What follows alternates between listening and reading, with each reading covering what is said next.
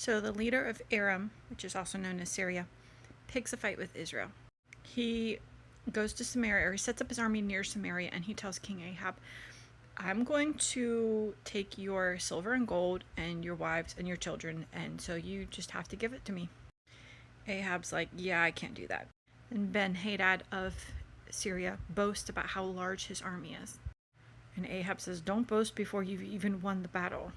And Ben-Hadad responds by mobilizing his army. Now a prophet tells Ahab, God says that he will just hand this army over to you. And Ahab's like, how?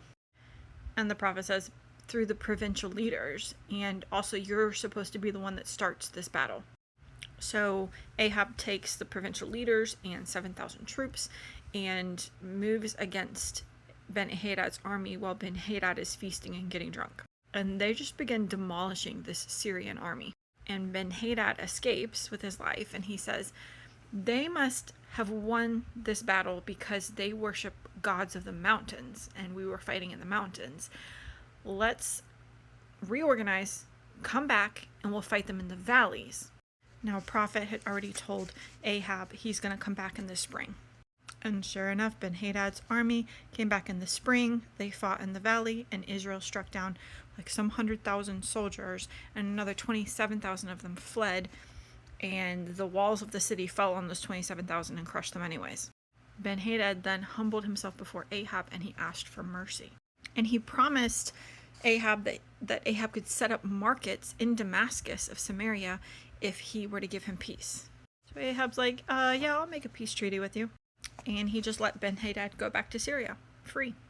Then another prophet disguised himself as a wounded soldier, and he came to Ahab, and he says, I was wounded. I was supposed to be keeping this soldier captive. Like my life depended on it, and I let him go instead. And Ahab said, well, because you did that, like, you're going to have to die. Ahab did not realize this was a prophet who was telling a parable about exactly what he had just done with Ben-Hadad.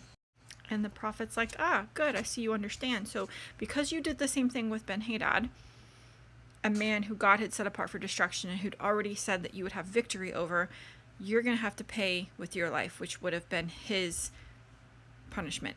But now that's going to be your punishment, and what was going to happen to his people is going to happen to your people. It's amazing that God can give us miraculous victories in the high places, in the low places, but unless we humble our hearts to his will, we lose the battle.